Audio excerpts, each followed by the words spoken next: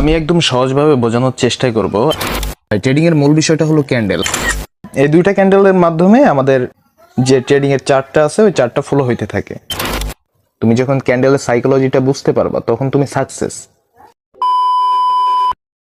প্রথমত বলে রাখি, আজকের এই ক্লাসটা হলো আমাদের বেসিক ক্লাস। আমরা একবারেই যারা নতুন, আজকের ভিডিওটা তাদের জন্য। আমরা আজকে শিখবো ক্যান্ডেলের সাইকোলজি। ক্যান্ডেল কত প্রকার, একটা ক্যান্ডেলের কেন তৈরি হয়, একটা ক্যান্ডেলের উইক কেন তৈরি হয়, একটা ক্যান্ডেলের ভিতরে কতটুকু বায়ার আছে, কতটুকু সেলার্স আছে, উইকের কি কাজ, বডির কি কাজ, এগুলো নিয়েই আজকে আমরা বিস্তারিত আলোচনা করব। তো আপনারা যদি এইসব বিষয় না জেনে থাকেন তাহলে ভিডিওটা শেষ পর্যন্ত দেখবেন। আশা করি ভালো একটা কিছু শিখতে পারবেন। ভাই, ট্রেডিং এর মূল বিষয়টা হলো ক্যান্ডেল। আপনি যদি ভালোভাবে ক্যান্ডেলটা বুঝতে পারেন তাহলে ভাই আপনি ট্রেডিং এ অর্ধেক বুঝে গেছেন। আমি একদম সহজভাবে বোঝানোর চেষ্টা করব। আমি অত প্যাচ গোছের ভিতরে যাব না, ইংলিশে কি নাম আছে কোনটা কি এত কিছু বোঝাইতে যাব না। আমি ফার্স্টে আমাদের জানা প্রয়োজন ক্যান্ডেল কত প্রকার। আমরা এখানে দেখতে পারছি ক্যান্ডেল মূলত দুই প্রকার হয়ে থাকে। একটা হলো লাল ক্যান্ডেল, আর একটা হলো সবুজ ক্যান্ডেল। ক্যান্ডেল প্রধানত এই দুইটাই হয়। হ্যাঁ, এই দুইটা ক্যান্ডেলের মাধ্যমে আমাদের যে ট্রেডিং এর চার্টটা আছে ওই চার্টটা ফলো হইতে থাকে। দেখেন এইখানে যে দুইটা ক্যান্ডেল দেখতে পাচ্ছেন, একটা আছে সবুজ ক্যান্ডেল আর একটা আছে লাল ক্যান্ডেল। এই দুইটার দুই রকম নাম আছে। এই ক্যান্ডেলটার নাম হলো বায়ার ক্যান্ডেল আর এই ক্যান্ডেলটার নাম হলো সেলার ক্যান্ডেল।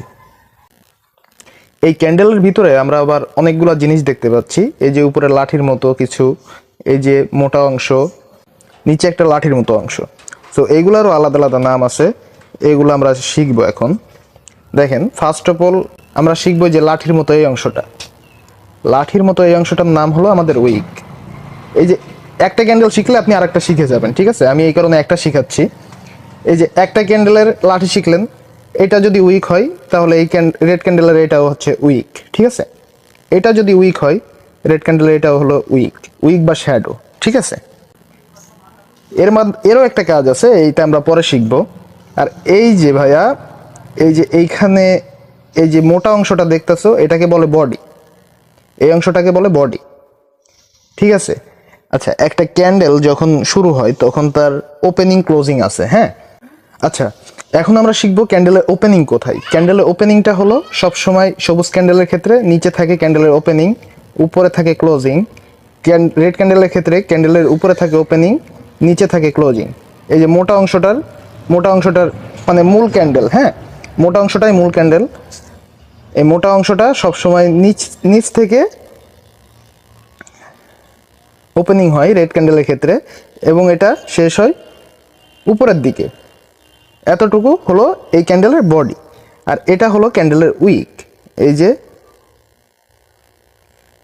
এই জিনিসটা হলো ক্যান্ডেলের উইক। এখন একটা ক্যান্ডেলের উইক শিখলাম, বডি শিখলাম, ওপেনিং শিখলাম, ক্লোজিং শিখলাম। এখন এই দেখো ভাই, উপরে কিন্তু একটা শেষ আছে।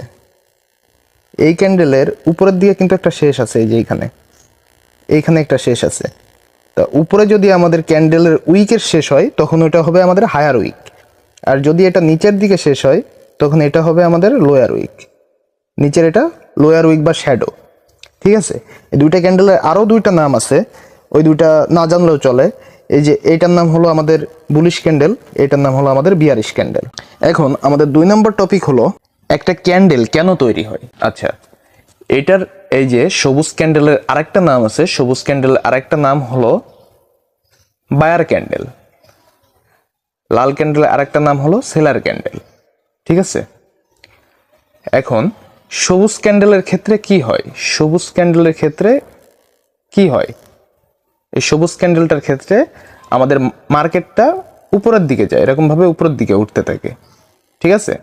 যখন মার্কেটের ভিতরে বায়ার্সদের এন্ট্রি হয় তখন আমাদের এই সবুজ ক্যান্ডেলটা তৈরি হয়, এবং যখন আমাদের মার্কেটের ভিতরে বা চার্টের ভিতরে যখন সেলার্সের এন্ট্রি হয় তখন আমাদের রেড ক্যান্ডেলটা তৈরি হয়। এতটুকু তো ক্লিয়ার, তাই না? আচ্ছা, এখন আমরা শিখব একটা ক্যান্ডেলের ভিতরে কতটুকু সেলার্স আছে, কতটুকু বায়ার্স আছে, এটা বুঝবা কিভাবে, তাই না? এই দেখো, এইখানে একটা লাঠির মতো অংশ যেটাকে আমরা উইক বললাম একটু আগে। এই উইকটা মূলত বায়ার্সদের কারণে বা সেলার্সদের কারণে তৈরি হয়। একটা জিনিস চিন্তা করো যে তুমি যখন কাদার ভিতর দিয়ে হাইটা যাবা তখন তুমি কিন্তু ওইখানে দাঁড়ায় থাকবা না, ওইখান থেকে কিন্তু তুমি হাইটা চলে যাবা, তাই না? হাইটা চলে যাবা, কিন্তু তুমি যে পা ফেলাই গেছিলা এখানে এখানে এখানে পা ফেলাই গেছিলা, ওই সাপটা কিন্তু তোমার থাইকা যাবে।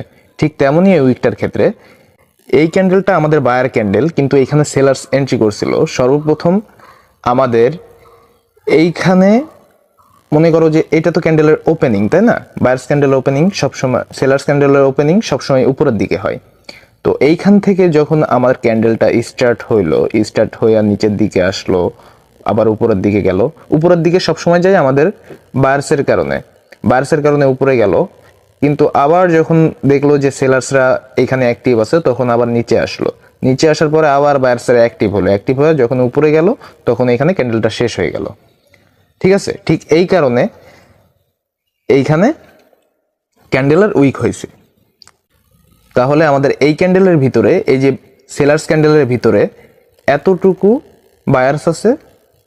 বায়ার্স আছে, মানে বায়ার্সরা এখানে এন্ট্রি করছিল, কিন্তু যখন দেখলো যে এখানে সেলার্সরা অনেক পরিমাণে অ্যাক্টিভ, সেলার্সরা স্ট্রং, তখন বায়ার্সরা সেলারদের সাথে মারামারি করে পারে নাই। ওই কারণে এইখানে সেলার্সরা অতিরিক্ত স্ট্রং বইলা এই ক্যান্ডেলটা রেড হয়েছে। আশা করি বুঝাইতে পারছি।